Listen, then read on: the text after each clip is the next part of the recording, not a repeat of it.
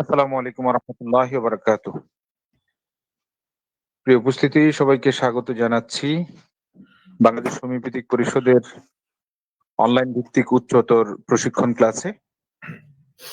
আপনারা জানেন আমরা নিয়মিতভাবে প্রতি বুধবার আমাদের এই অনলাইন ভিত্তিক উচ্চতর প্রশিক্ষণ ক্লাসটি পরিচালনা করছি।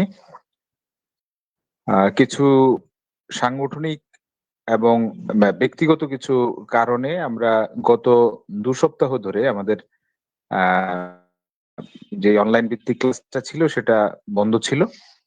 তো আবারও ধারাবাহিক আলোচনা আমরা করছি। আলোচনা ছিল ডায়াবেটিস মেলাইটাস, এই বিষয়ে আমরা আলোচনা করছিলাম। তো আপনাদের এই আলোচনাটি আমাদের সামনে উপস্থিত পরিবেশন করছিলেন আমাদের বাংলাদেশ হোমিওপ্যাথিক পরিষদের সম্মানিত সভাপতি ডক্টর শেখ ফারুক স্যার। তো ভূমিকায় আপনাদেরকে দুই একটি বিষয় আমরা সবসময় দিক নির্দেশনা দিয়ে থাকি, তা হচ্ছে আলোচনার মাঝখানে কেউ মাইক এবং ক্যামেরাগুলোকে অন করবেন না।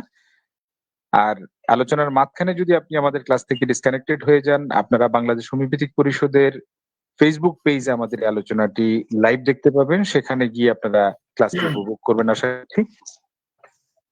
প্রত্যেকেই খেয়াল রাখবো যে আমার কোনো আচরণে যেন অন্য কারো ক্লাস উপভোগে কোনো ধরনের কোনো সমস্যার সৃষ্টি না হয়। আমাদের আজকে ইংরেজি ভাষণের আলোচনা, তৃতীয় পর্বের আলোচনা হবে diabetes. Please continue your class sir. আলোচনায় আসছেন আমাদের প্রিয় শিক্ষক doctor Sheikh Faruk sir. Thank you, Dr. Anwar Patwari, for your introduction. Let us begin our remaining lecture on diabetes mellitus. So let me go to the portion which I will present today. This thing, anatomy, we already discussed. This thing we already discussed. We already discussed etiology, its classification, then how diabetes presents, diagnostic criteria of diabetes, how to diagnose diabetes. Then we discuss about clinical features of diabetes, features, differentiation between type 1 and type 2. Then acute emergencies in diabetes, diabetic ketoacidosis, diabetic coma, and hypoglycemia. Then we discussed about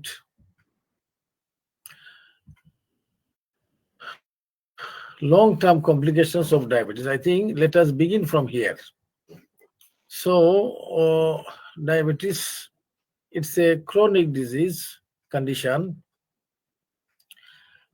and unless it is cured by homeopathy, this will continue throughout the life, and you will die with diabetes. So for this long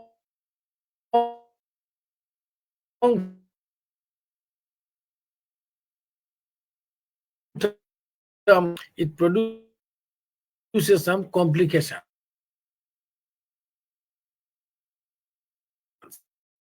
Into two classes. One is microvascular complication, another is macrovascular complication.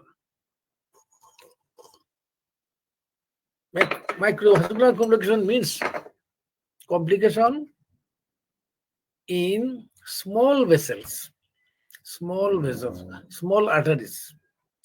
So mainly it has eye complication. We say diabetic retinopathy.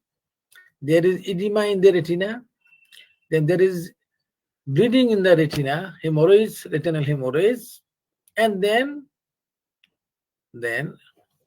retina becomes torn, tearing of retina, or retinal rupture, and the person becomes blind.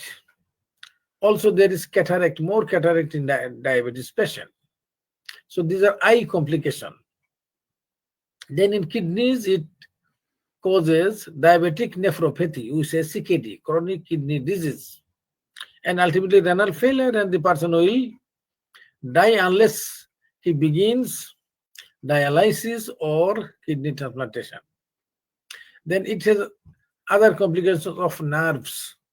We find the diabetic patient always complains of sensory loss or various numbness, tingling in the foot. These are due to nerves complication, means peripheral neuropathy. Then there is foot disease. We know diabetic foot.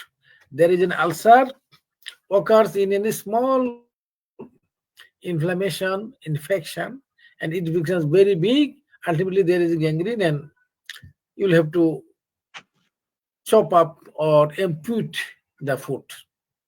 Then macrovascular complication. Macrovascular means complication in big vessels like our coronary artery in the heart, then cerebral artery, carotid and cerebral artery in the brain, in the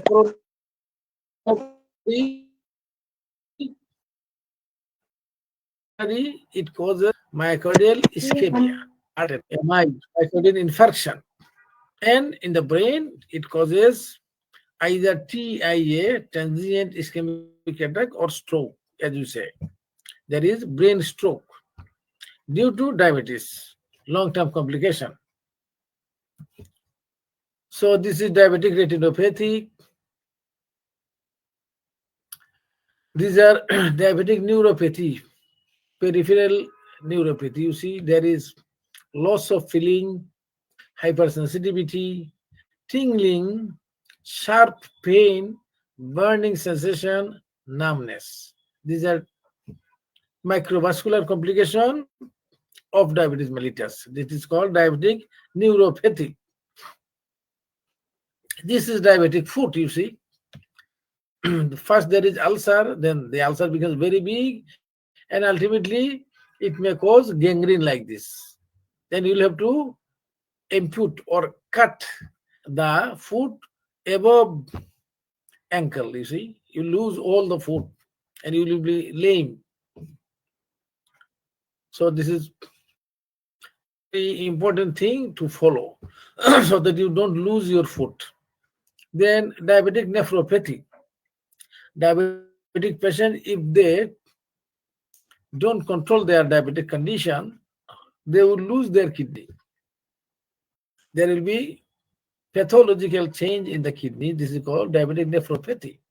And kidney will lose all its nephron and it will dry up, atrophied, and there will be kidney failure. And you see heart attack, myocardial infarction. But the important characteristic is diabetic patient has heart attack with no pain. Patient will die in his sleep without any pain, and he will not call anybody to take him to hospital. So this is silent death. This is very dangerous because if he has pain, he will call somebody for help. But because he has been no pain, he will sleep and he will die. You see, so dangerous it is for diabetic patient. Take care. Then brain stroke, we say CVS, cerebrovascular accident. It may cause either cerebral hemorrhage or cerebral thrombosis. Thrombosis means these are cerebral arteries. Some of the artery will have a clot inside, and the blood circulation will be stopped to the particular area of the brain, and the brain will die, or there will be hemorrhage. So it may be hemorrhagic or thrombotic, and the patient will be paralytic. He will have hemiplegia due to diabetes. So diabetes has some target organ. If anybody has diabetes, he must have in his mind that diabetic has some target organ. Target organ means the organ he targets to destroy. As we said, first is eye. There will be retinopathy and he will be blind. Then there will be nephropathy. His kidney will fail. Then there will be diabetic foot. Then there will be heart attack. There will be brain stroke. So these are the end. Of course, also he will lose his sexual potency. There will be no erection. He will be impotent, and there will be various infection in the body. So if somebody has diabetes and he controls his diabetes well, okay, he as if he has no disease, he will enjoy his health. But if he does not care his diabetes, then diabetes will make him take care. He will destroy his organs, as I said.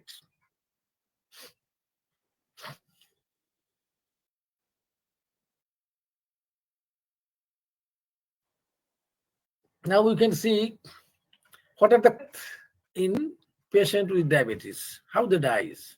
You see, 70% death of diabetes occurs due to cardiovascular disease, means either heart attack or brain stroke. These two makes 70% of the death. You see, then kidney failure causes 10% of death. Some infections causes 6% of death. So mainly cardiovascular attack, either heart attack or brain stroke and renal failure. These three means 80% of death. So please take care. Now let us come to the treatment, or we say better management. Management of diabetes mellitus. First we will discuss conventional management, means modern approach of treatment. So diabetes has three methods of treatment. It can be treated in three ways. Number one, by diet and lifestyle modification, or you can say diet and exercise. So 50% of diabetic patients, new patients, 50% can be treated only by controlling his diet and doing daily exercise. 50% without any medicine, neither allopathy nor homeopathy. 50%. So this is nice. Okay. Then 25% can be managed only by insulin, particularly those who are type 1 diabetes mellitus. We said before, type 1 diabetes mellitus, where insulin producing cells, beta cells of pancreas, are destroyed due to autoimmune attack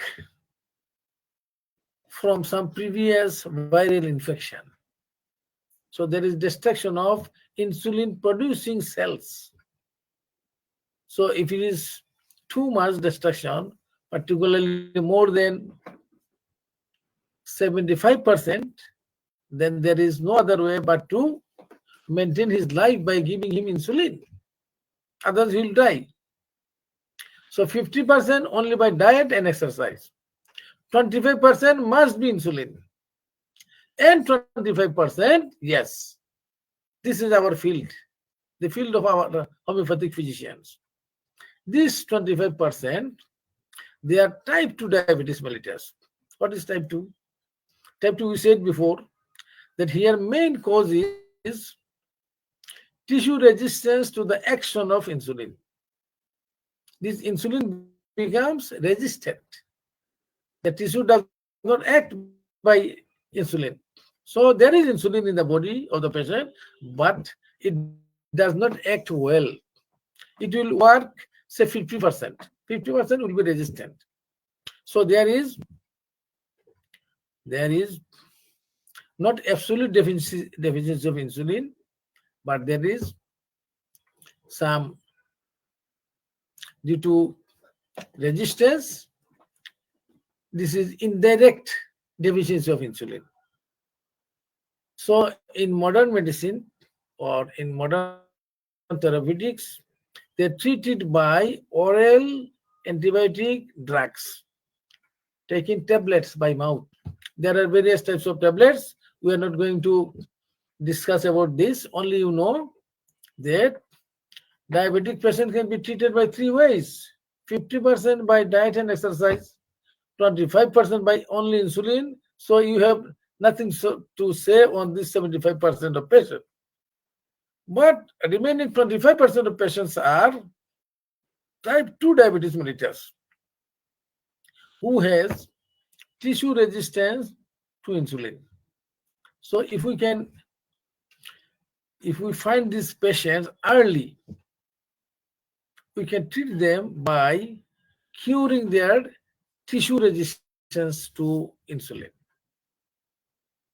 Yes, this 25% can be treated and can be cured by, particularly if it comes earlier. But if a patient comes late, say he has diabetes since 20 years and he has already one heart attack, or he has already CKD, chronic kidney disease, then no. There is no way that you can cure this patient if it comes earlier before attacking the target organs and destroying target organs. Only you can treat.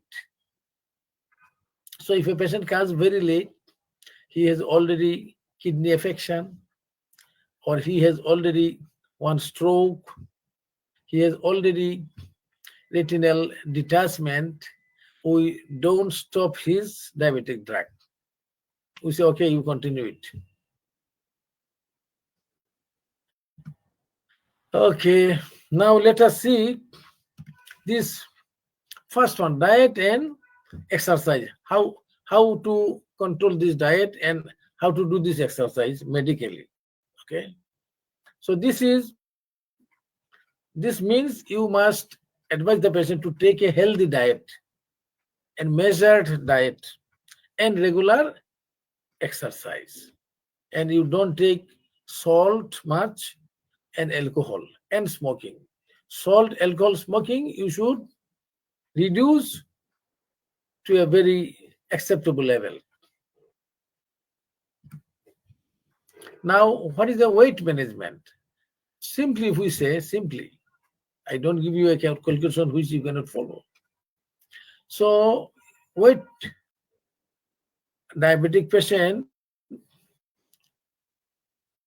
in our country, a full adult person, say adult person of 30 years, 40 years, they take their daily calorie of 2100 calorie they take every day.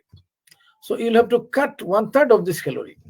It means you tell the patient, whatever food you take, bread or rice, you cut 1/3 of this food and take only 2/3. Okay,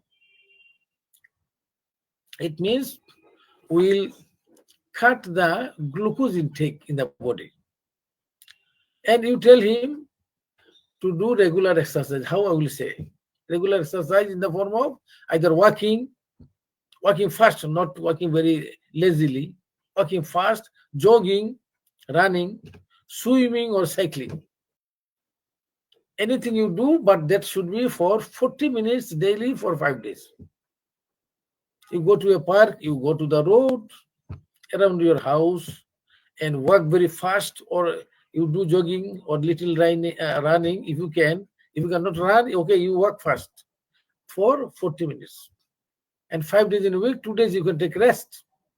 So this is exercise, and simply the weight management is by cutting 1/3 of your diet. Okay. So you see, you should take carbohydrate. 50% carbohydrate you take. Of total amount of your food, 50% you take carbohydrate. Rice, bread, something like this. Then fat, less than 35%. And protein, 15%.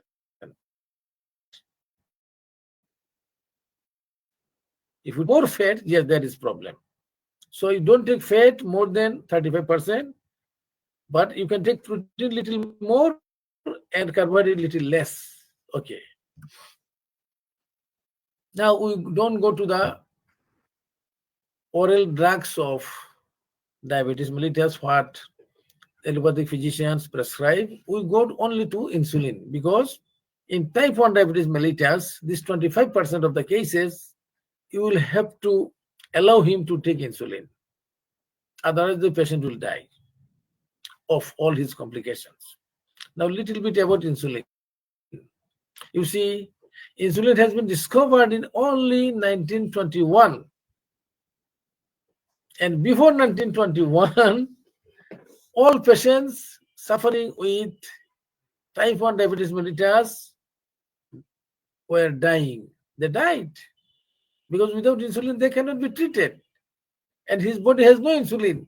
And there was no insulin in the market, in the hand of physician. So you have type 1 diabetes mellitus, it means you will die within few months. It was like this. But thanks God, in 1921, the scientists, they discovered insulin, and it worked very heavily in management of diabetes mellitus. So first, this insulin were collected from cows and pigs' pancreas.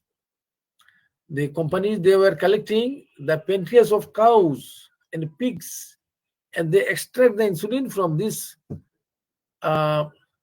pancreas, and they make the final product of insulin injection.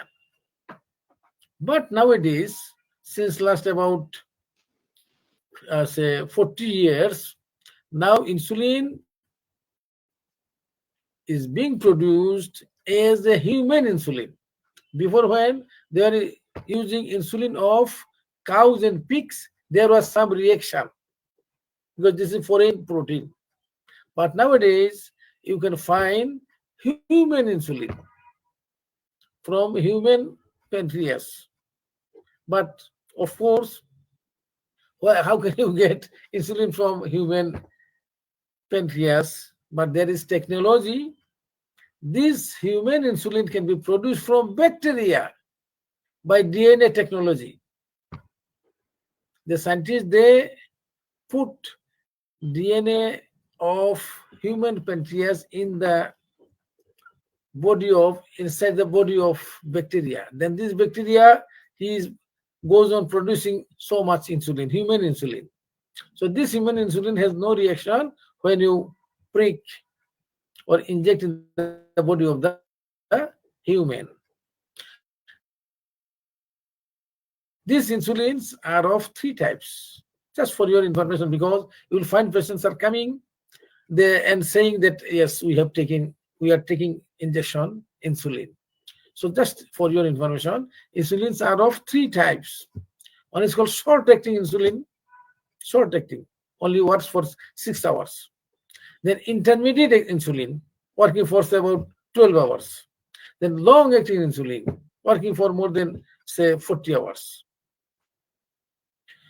Now these insulin are injected into the body subcutaneously, not inside the muscles, subcutaneously, where in the abdominal wall, in the abdomen, sometimes in the arms, sometimes in the thighs and buttocks.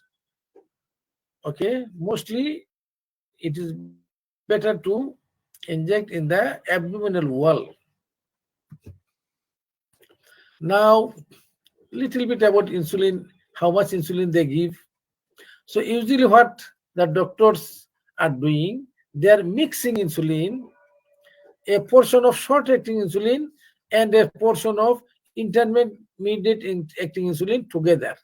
They mix, say for example, they take 10 units of short-acting insulin and 20 units of intermediate acting insulin, and they mix it together, okay? And out of this 30 units, they will inject 20 units in the morning and 1/3 means 10 units in the evening. So this is the way insulin is being given. You will find patient will say that I take insulin, one is very clear insulin and one is very what I say, dirty. One is clear, one is dirty. Dirty is intermediate acting insulin and the clear one is short acting insulin. So they mix together usually. Why? Because short-acting insulin will work then and there for 6 hours.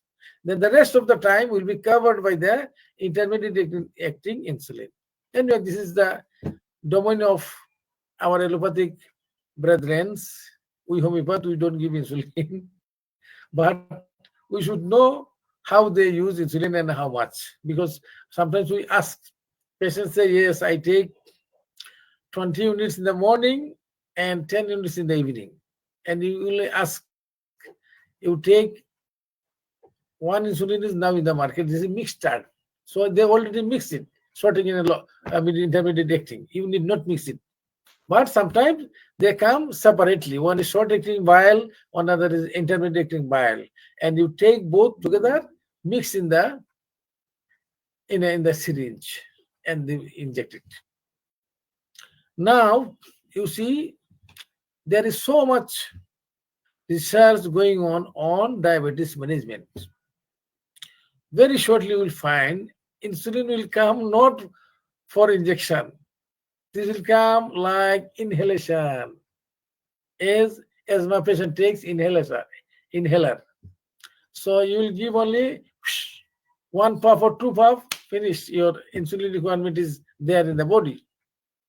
So this is a good thing. It means you are free from injection. Then sometimes there is a procedure. They put some of the pancreatic islets transplantation in the body, because your pancreas has no insulin producing cells. So you borrow a pancreatic islet from another person and they will transplant it inside your body. So these pancreatic islets will produce insulin for you and you don't need any outside insulin. So this is also one thing. So transplantation of pancreatic, say, bit in the body, or inhalation. So in the world there is so many researches going on how to make the diabetic management easier and easier. Okay, now let us go to our own field, how homeopathy can do, or how homeopathy can help the diabetic management. Okay. You see, one thing is there, that we know if the patient, our patient is type 2 diabetes, type 1 diabetes 1, you know that his pancreatic islets, pancreatic cells of insulin are destroyed. And if it is destroyed more than 75%, it means he will have not enough insulin in the body to maintain his health. So in that case, you'll have to inject insulin inside the body to keep him alive. So in such case, we have little to do. If a case of type 1, say a child of 11 years old, only 11 years old, suffering from diabetes. And you know this is type 1 diabetes mellitus. So it is difficult to cure him. Only he will have to continue taking insulin. So we have nothing to do here, much. Or we have only little to do here. Number one. Again, we know that 50% of new cases of diabetes who come to us can be controlled by diet and exercise alone. So this is nice. We can evaluate the patient, we can talk to him that you have only beginning of diabetes and it is not much. Say for example, his fasting diabetes is only say 8 and random diabetes is say for example 12, 13 like this. So in that case, you can advise him diet reduction and doing exercise every day. By this only his blood sugar level will remain normal. So in 50% case, our hands are off. In type 1 diabetes, takes insulin, and 50% case which needs only diet and exercise. Okay, this case you can, of course, you will have to treat him homeopathically, this 50%. Why? because this is your time to give him constitutional medicine. You take his history, you will find so many symptoms in every system of his body, and you take a totality of symptoms, you select the symptoms, peculiar symptoms, and you can find out his constitutional medicine along with mathematic consideration. And because his diabetes is very less now, so this is a good time to treat him and make him free of diabetes. So allopathic doctor will not give any medicine. This 50% case, they will only advise for diet and exercise. But we homeopathics, yes, we also will advise diet and exercise, but at the same time, we'll treat him so that if his disease before going very high or uncontrolled becomes cured. Okay, now the 25% case of type 2 diabetes mellitus, 25% which are treated by allopathic doctor by tablets, as I said before. These type 2 diabetes mellitus which are produced by tissue resistance to insulin. So these are the challenging case for you to treat. Yes, if this case comes earlier before affecting any target organ, if you can treat him totalistically, constitutionally, yes, you can make him free of diabetes. As I said, if he comes very late, already affecting more than one of his target organs, then you may not be able to cure of his condition. But still, you can help him by giving appropriate medicine. So this I already said. Now, how to find out which homeopathic medicines have symptoms like diabetes. In my last episode, I described how to find out medicines for chronic kidney disease. There I said you will have to collect all the symptoms of chronic kidney disease from book, from patient, from a specialist, and repertorize all these symptoms by more than one repertory and see what medicines cover most of the symptoms. And you write down the names of such medicines, say first 10, then 20. First 10 are very important. Then also you keep another 10, total 20 medicine at least. And you study them very well. And then you can find, when you take the history of a patient of chronic kidney disease, that yes, his symptoms, I find it is like, say, this, like lycopodium, like, say, for example, Plumba metallica. So, or say, for example, his symptoms, I find like it is phosphorus, acid phos, and these are constitutional medicines. And you can treat him according to how chronic disease is treated in homeopathy. You can cure a portion of the patient set list. So same way you apply in treating diabetes mellitus also. You collect all the symptoms of diabetes mellitus. We described before. Diabetes mellitus, what regular symptoms? You collect all symptoms. Then you put in the repertory, more than one repertory. All repertory you have, 10, 12, 20, and you repertorize these symptoms and try to find out which medicines contain most of the symptoms and separate these medicines and try to learn this medicine very, very well. Then when you treat a patient of diabetes mellitus, I said that this should be not very late, little bit earlier cases. Then you will find many of his symptoms will be similar to some of your medicine which you found out by repertorization or from your knowledge of materia medica. And you can treat him constitutionally, not by this medicine is very specific for diabetes. No, constitutionally, any medicine can come. So let us see.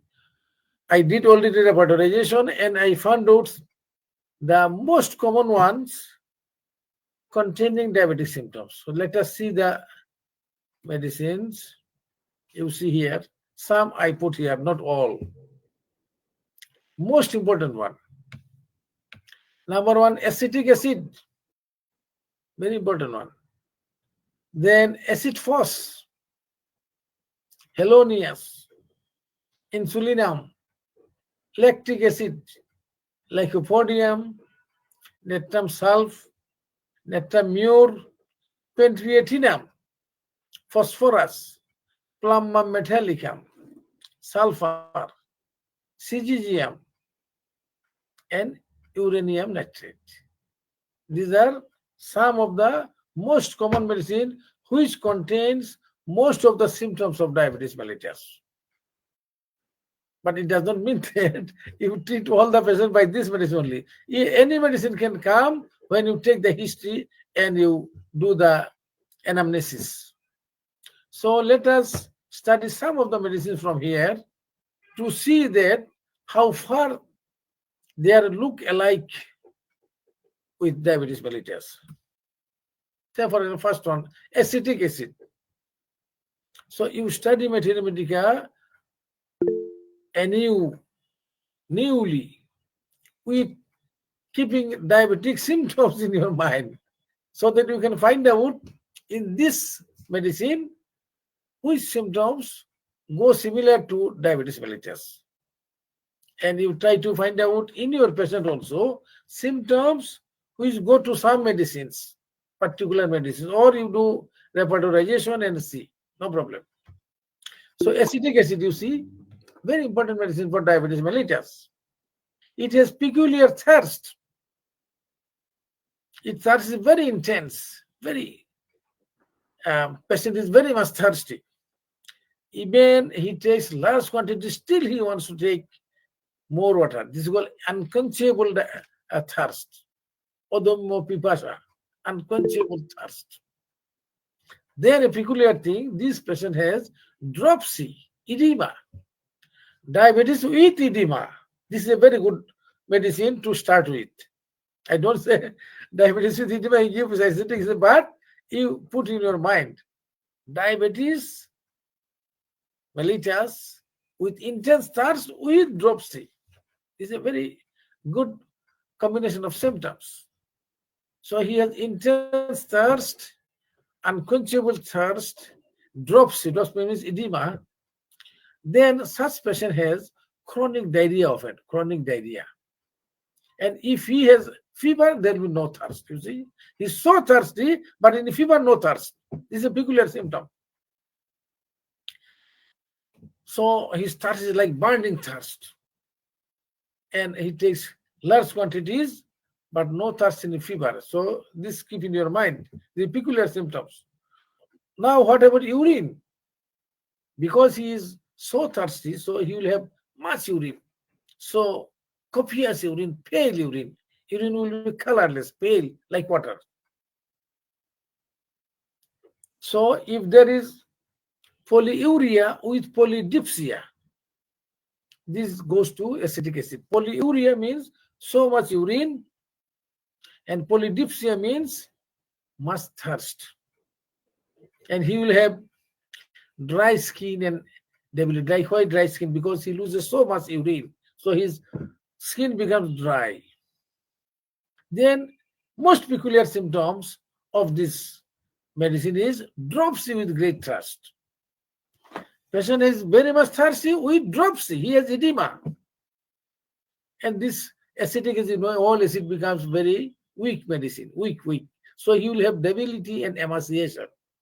He will lose his health, and we find that diabetes mellitus patient, they lose their weight and they become emaciated. So acetic acid has very good combination of symptoms, great thirst,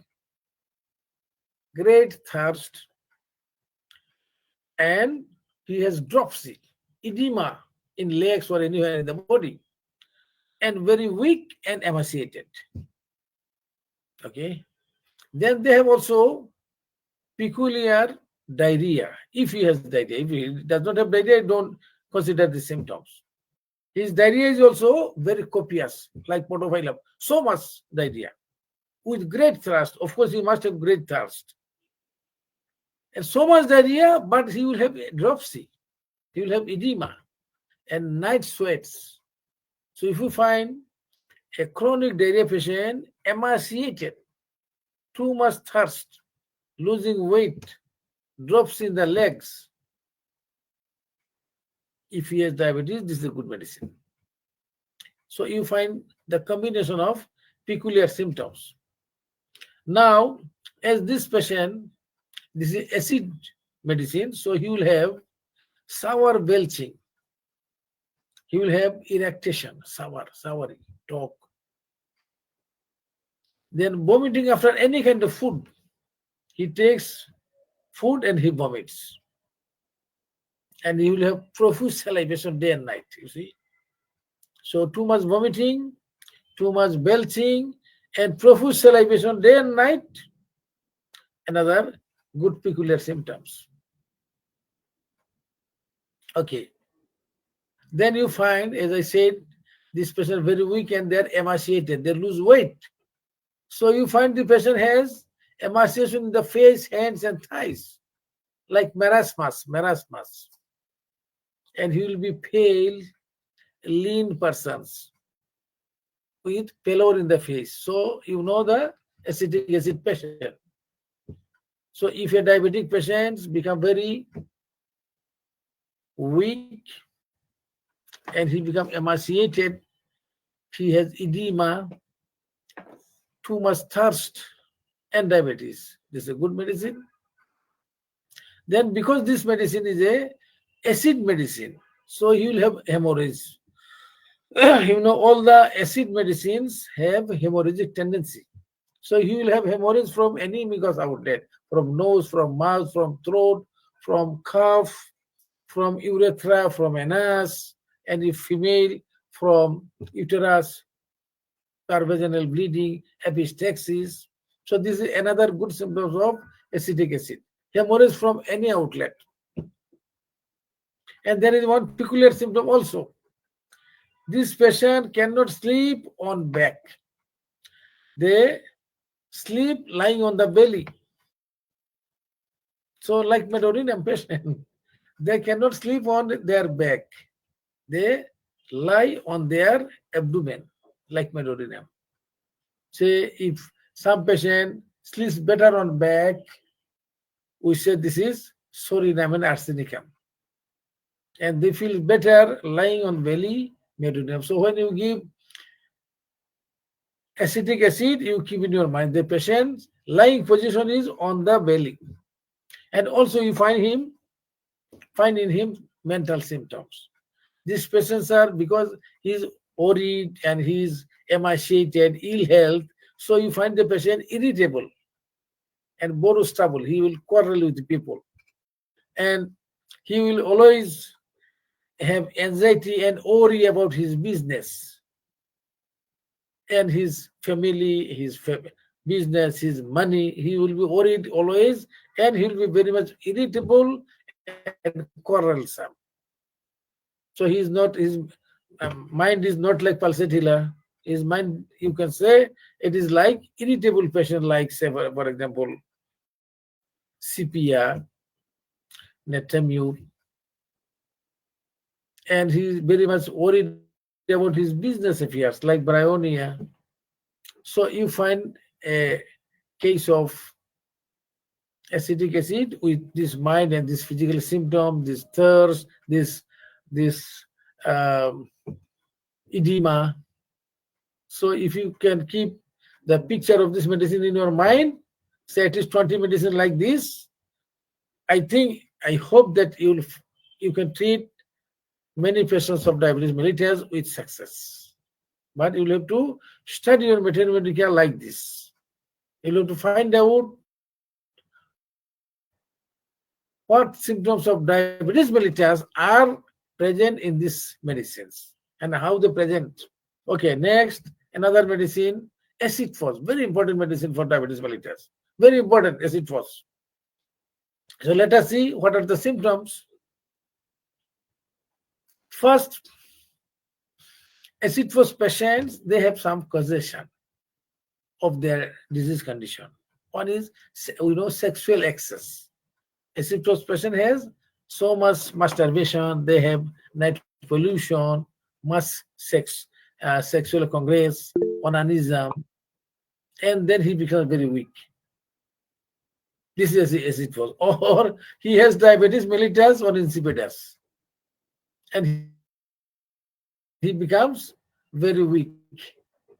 We'll see afterwards. Acid phos patients becomes very weak.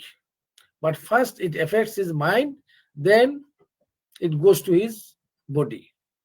So his causation is, you find in acid phos patient that he has history of too much masturbation or sexual excess. So this is a good point to start with. Secondly, he has some sexual symptoms. He has very much frequent and profuse night pollution, maybe several times in one night. He will say, I have night pollution 3-4 times in one night. Even he has night pollution after co-stress with his wife. In the first part of night, he slept with his wife, and later part of night, he has night pollution. You see how peculiar. Usually a person, if he copulates with his wife, that night he should not have night pollution. But this person has too much night pollution. Many times in one night, even after coitus. And it is very debilitating. He becomes very weak. So this is a good condition. If you find in a sexually debilitated patient and he has diabetes mellitus, you can think of acid phos with other symptoms.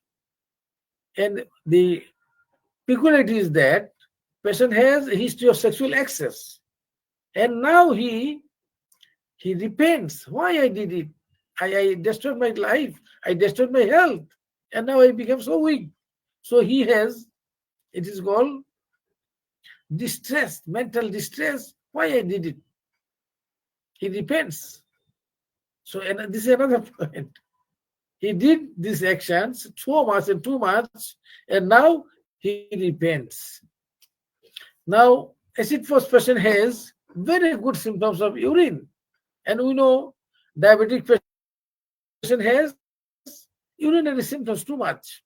So, what is the peculiarity of urine of acid phos? His peculiarity is that his urine looks like milk, as if he is passing milk, whitish,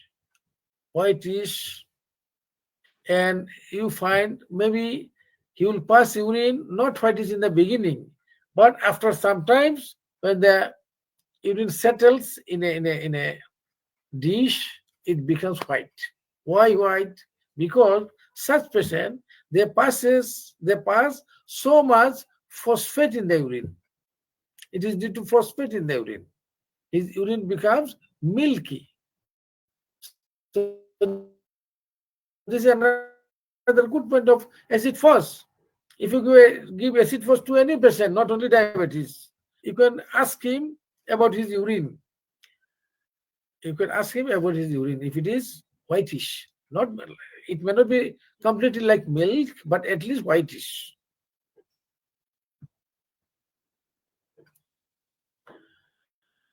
Now it has another peculiar symptom, it's diarrhea. Two peculiar symptoms. One is painless. You will have no pain. And secondly, not debilitating. Means what? So much diarrhea he has, but he does not become weak. Like China. China has diarrhea 1 or 2 times and he becomes weak. But acid phos, no. Any number of times he is going to toilet to pass diarrheic stool, but still he is strong. He does not become weak. And his diarrhea is painless. Even involuntary with flatus. His passing flatus, he thinks that he is passing flatus, but he has some stool to go with flatus. So acid phos diarrhea is also very peculiar. Then again, because it is acid phos, because there is phosphate component, so you will find if it is young person going to college, university, or school, they will have headache by eye strain or overuse of ice. So if a patient has headaches from overuse of ice, also it goes to acid phos. There are other, we know other medicines, calcarea phos, natamur. Now, let us see which sort of patient are suitable for acid phos, its constitution. So we say that this person he was very strong before, but due to loss of vital fluids by sexual excess, or maybe so much emotion, grief, disappointed love, he became ill. He became emaciated, ill health. So this is the case of acid phos. The patient was very strong before, but due to loss of vital fluids and particularly sexual excess, he became ill health. And you find the patient is very pale, his eyes shrunken, and at the same time, because he's very pale, he has anemia, so he is chilly patient. Acid phos patient becomes chilly, not hot.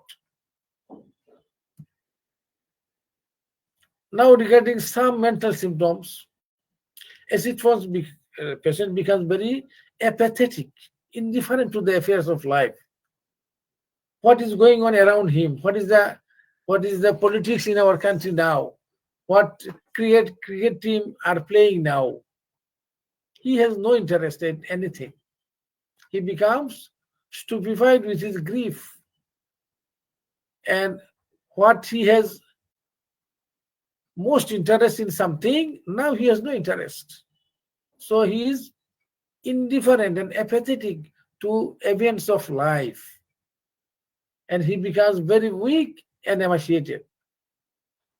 Now there is one differentiation of acid phos, acid mur, and picric acid. There is a good point.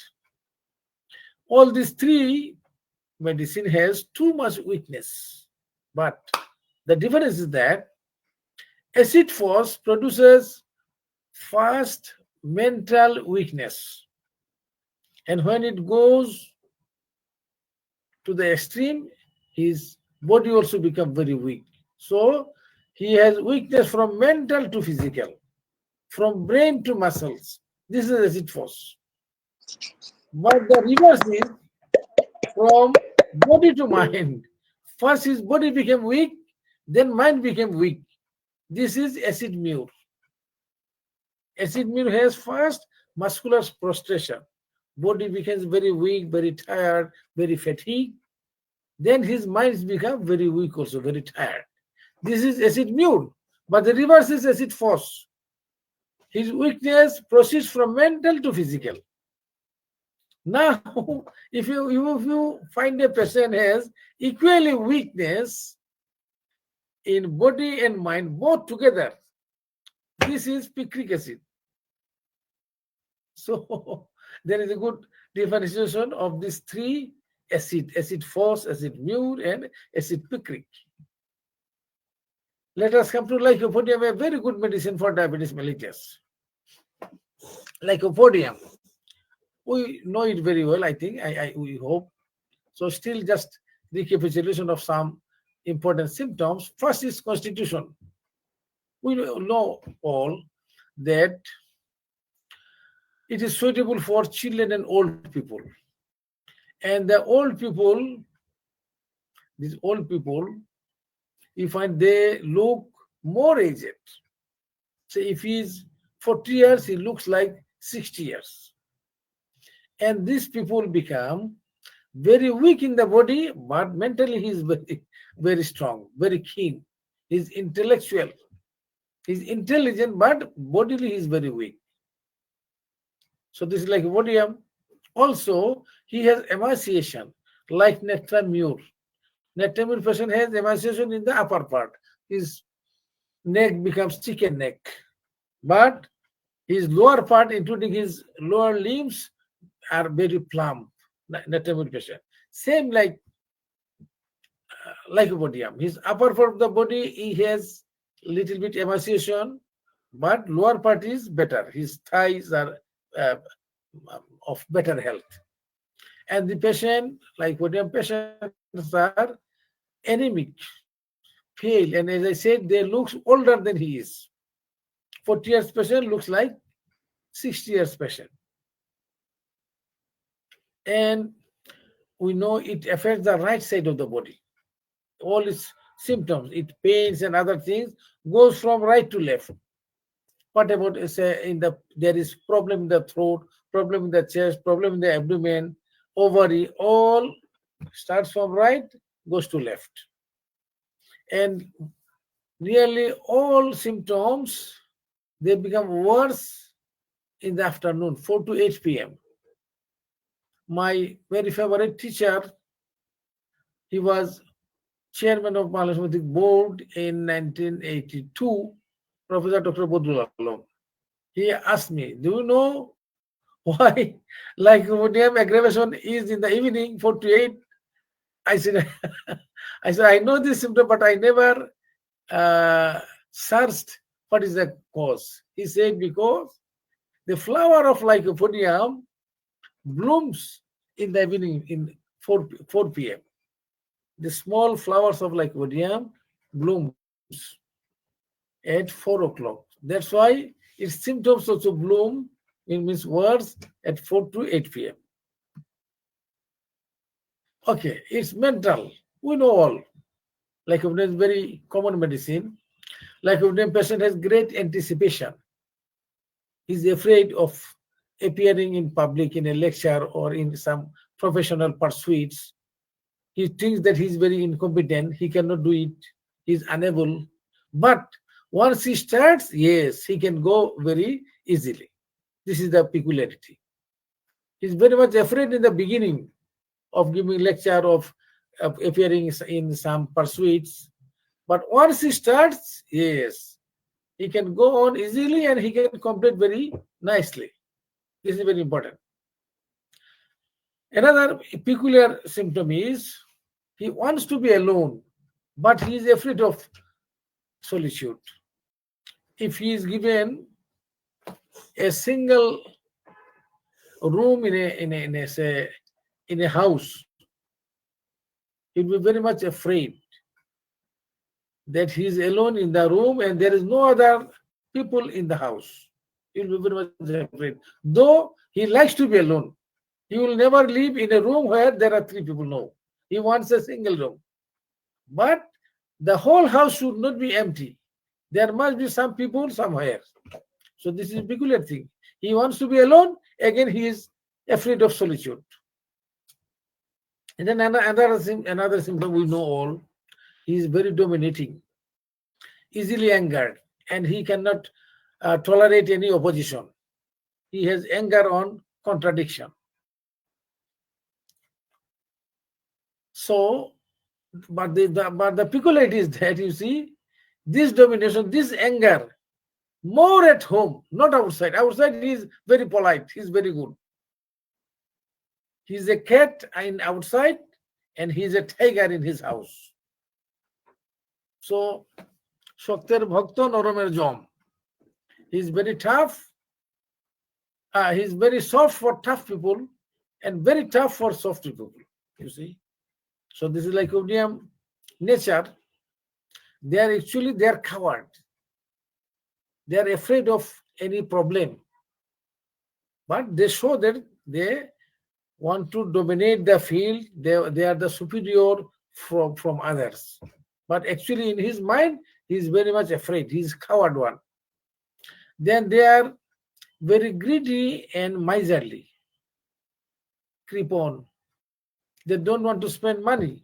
They want to increase their wealth, not to spend. Then these people has some peculiar hunger also. They have too much hunger. More they eat, they want to take more. Eating does not satisfy his hunger. He takes food and he wants to take more. And if he has no food, he will have headache. Okay? But at the same time, you see, he's so hungry like a patient of IODM, say, for example. But again, you find sometimes he takes only few mouthful of food and his stomach becomes flatulent. So he cannot take too much. Only little food makes him flatulent. Again, in other patient or this patient another time, you find that he is very hungry and he want to take more and he cannot fulfill his craving by taking more food and more food. And if he does not take food, he becomes with pain, headache. And this person, we know, they have excessive flatulence. They are very greedy in taking food. They want to take good food, but they have excessive flatulence after eating. And particularly, his flatulence is in the lower abdomen and relieved by passing flatus. So this is a very common medicine we know. And they have some peculiar symptom in his urine also, because they have red sand in the urine. Their urine contains some sandy material, and this is red, like sarsaparilla. Sarsaparilla has white sand. They have also sand, some powdery things in his urine, but that is white in sarsaparilla. In case of like Lycopodium, this is red. And there is another symptom. The patient cries or have more pain before urinating. If he is a child, when he has urge of urine, he will start crying because he knows that when he will pass urine, there will be pain. So, like borax, the patient cries or has too much pain before urinating. And this patient often they have renal stone, renal colic, particularly on the right side. For sexual side, they are of importance. Young persons, young men, after too much sexual excess, they become important. Their penis becomes small, cold, and relaxed. Also, at the same time, if a person is old, a old man with strong desire, he has desire much, but his erection is very less, and he has premature ejaculation. So this is a peculiar thing. Strong desire, but he is important. He has less erection and premature ejaculation. So I think we know, we all know about Lycopodium. This is enough. But this medicine, phosphorus, I'll finish it by phosphorus because this is very good diabetic medicine. I should not say diabetic medicine. Medicine used in many patients of diabetes, phosphorus.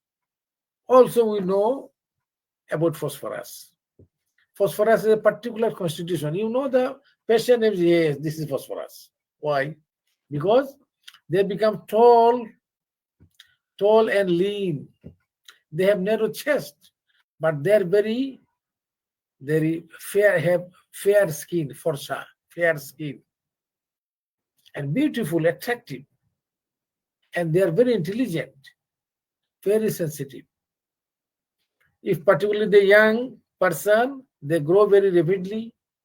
Their height is more than 6 and a little bit stoop because he's very tall. His head becomes stooped like this, like sulfur patient. And they become anemic, weak, and nervous. So you know phosphorus patient by looking at him. He has a particular constitution. Now let us come to his generals. You see here some peculiarity in his general modality and particular modality. Generally, he is very chilly. He is chilly patient. But his head and stomach needs cold things only. He's chilly patient, so his head should be worse by cold air. No, he's chilly, but his headache is ameliorated by cold air. He's chilly, but stomach pain ameliorated, and he craves cold things, cold food, cold drinks, ice cream. He likes very, very much, though he is a chilly patient. So this is a peculiar symptom like 153, for example, of organon. Peculiar symptoms, uncommon symptoms. So his cold air relieves his head and face, but aggravates throat and chest. And particularly, this phosphorus patient, their constitution has tubercular diathesis. You may find he has family history of tuberculosis. Maybe he has grandfather or someone, his what is it, aunt, fufu, or his sister has tuberculosis. He may not have, but he has family history of tuberculosis. So this goes again to phosphorus. Phosphorus has tubercular diathesis. And his desire, already we said that he desires cold foods and cold drinks, ice cream, then salt and sweet. He likes very much salt, like nectar mule. Also, he likes sweet and cold things. But the peculiar thing is that when he takes cold drinks, he vomits it as soon as it becomes warm in the stomach. He took the cold drinks very nicely. Oh, he likes it very much. But after some time, he ejaculates when it becomes warm in the stomach. Okay. Then another thing is he has restlessness. Sometimes we say he is ADHD patient, attention deficit hyperactive disorder. You find the child is very much restless. He's fidgety. He moves here and there. He does not sit somewhere. Sometimes he jumps. He goes outside like this. So he's a restless patient. And most of his symptoms appear when he lies on the left side. Then another keynote, very important keynote, is burning. This Nash, Dr. E.B. Nash says, there are 3 burners of materia medica. They burn what? Arsenic, phosphorus, and sulfur. So phosphorus is one of these burners of materia medica. Burning is a keynote. He has burning along the spine, burning of the palms, burning of chest, and everywhere. He has burning like arsenic and sulfur. Also, phosphorus has hemorrhagic diathesis. He has small wounds, they bleed. And from any outlet, he will have bleeding, from nose, from anus, from vagina, and anywhere. So it is having a hemorrhagic diathesis. Then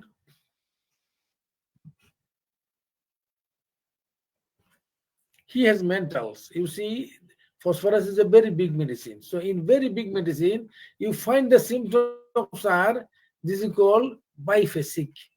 What is biphasic? It means opposite symptoms. You find phosphorus patients are very apathetic, like acid phos, apathetic, indifferent to friends and surroundings. What is happening around him, he does not know. He does not have any interest. Even to his children, let them die. Let them go to hell, he'll say, like CPF patient. He does not want to talk with anyone, talk very slowly, and his worry of life and very gloomy forebodings. This is one phosphorus, but there is another phosphorus. This is also phosphorus, like Lachesis we said, it has biphasic. Lachesis is very angry, very talkative, and at the same time, another Lachesis is not talking at all. He's taciturn. He has no anger. So both are like Lachesis, but in 2 phases. So phosphorus also, in 1 phase, he's very much indifferent, he's very weak and does not want to talk with anybody. But in other phase, they are very friendly, highly social, impressive, like society girl. They make friendship with anyone very easily. So both are phosphorus. And usually they are very intelligent. Phosphorus person intelligent, though physically weak because he's very tall and lean. And they have some great fear. When we want to give phosphorus, we'll have to check whether he has fear of darkness. He's afraid of darkness.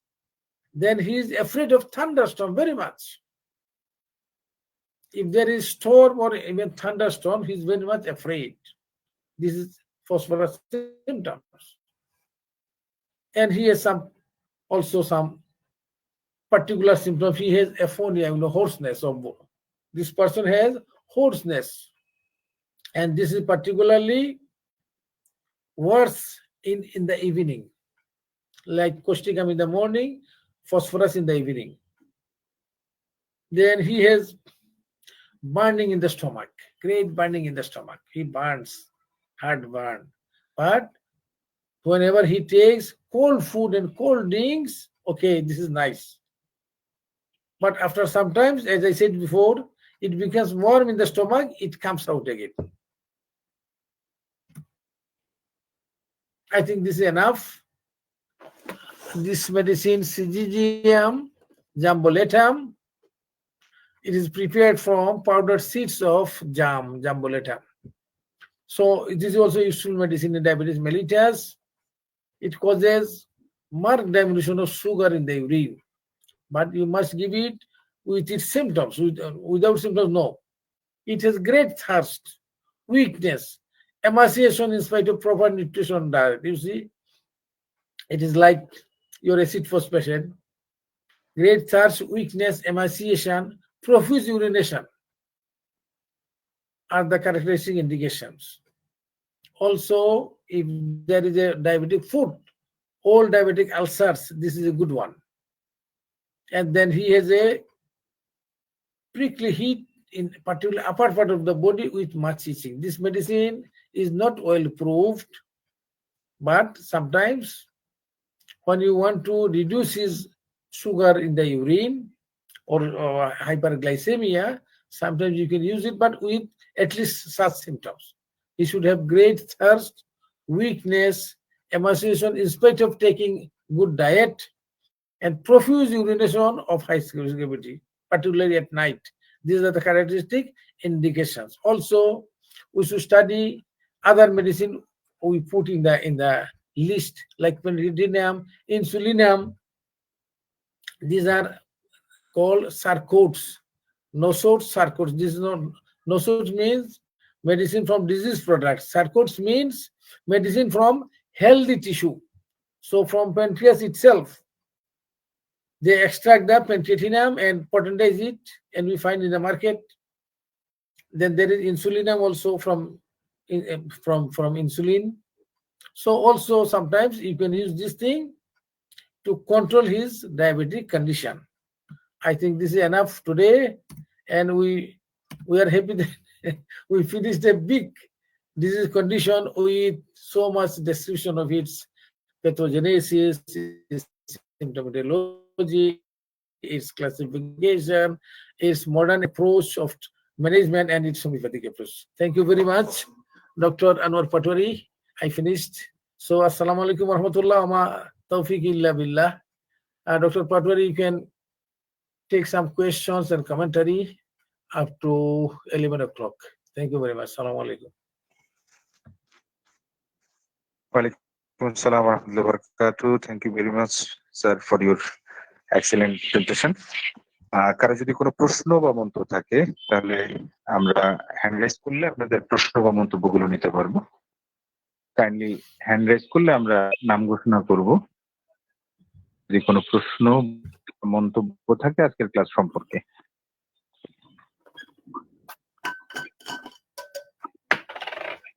সবার জন্য mic উন্মুক্ত করে দিচ্ছি। কারো যদি কোনো প্রশ্ন বা মন্তব্য থাকে আপনারা আমাকে আনমিউট করে আপনাদের প্রশ্ন বা মন্তব্য করতে পারেন, ইংলিশে করতে পারেন, কোনো সমস্যা নাই। Thank you.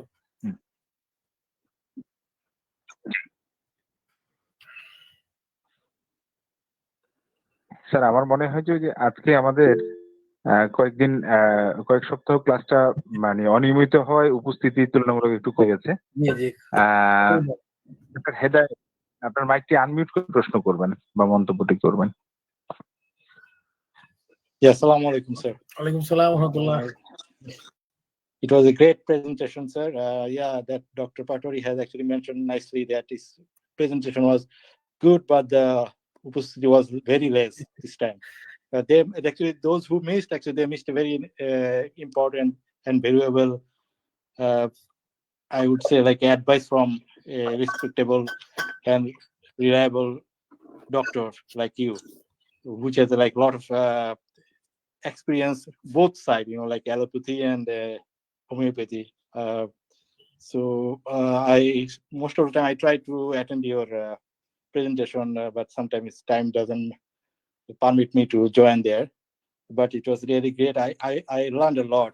Like I have listened a lot of like diabetic seminar or by the presentation, but here you have nicely actually and clearly maintain everything, like from the diet, from the allopathy wise, from the homeopathy perspective, everything has been covered, I believe. So this was really a great and very important presentation from you.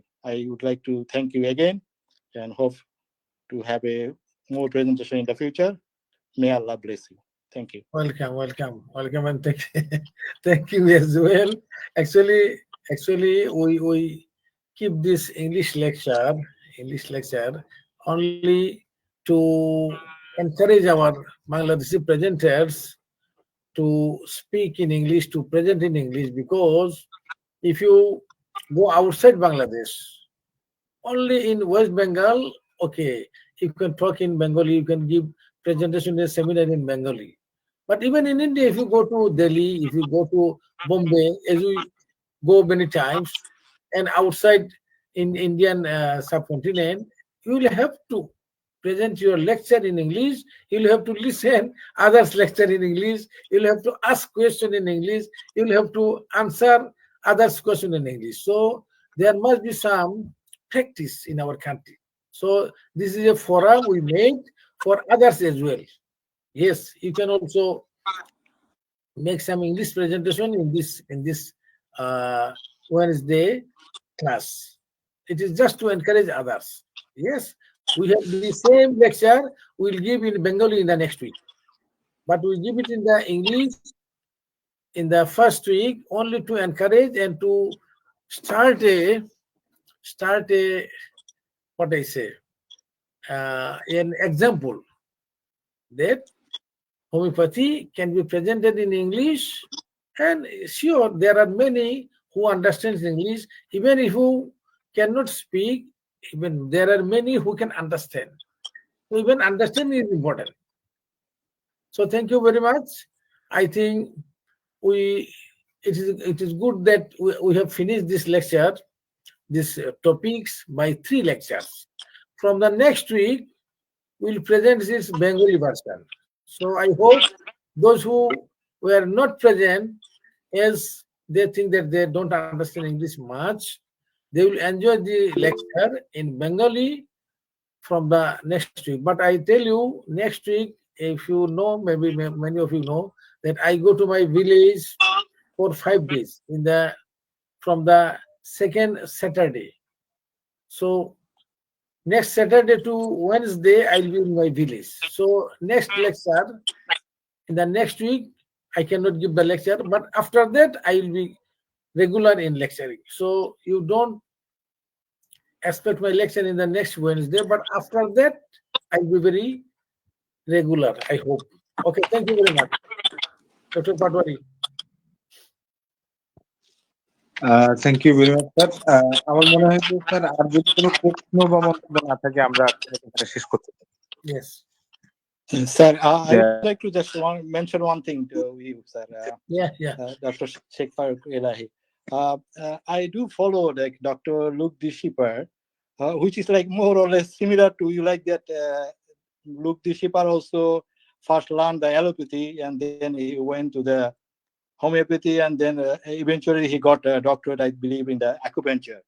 So like similar situation I see also with you, like you have been in the allopathy, then you learned in the homeopathy and acupuncture too. So like very good. Like, what is the name? Luke D. Shipper. What? Yeah, Luke D. Shipper. Luddi is what country he belongs to? Actually, he has been graduated in Belgium, but he actually settled in US, California. He must be like 80 years old now, but I don't think so. Like he's practicing anymore. Maybe he's retired. Oh, But there are there are so many books available in Bangladesh for him, and I have actually collected 7 to 8 books from his writing. So he's a very good writer, and he seems to be like Luddi, I could not follow the name. Luddi Shiparo, actually tell the name a little bit so that I can understand. It could be like LUCDESCHEPPER. So Lugdi Shipar or Lugdi Shipar or whatever name. Well, I'm sorry, I did not know about him. Okay, no problem. Let me see. Okay. Thank you. Okay, welcome. Okay.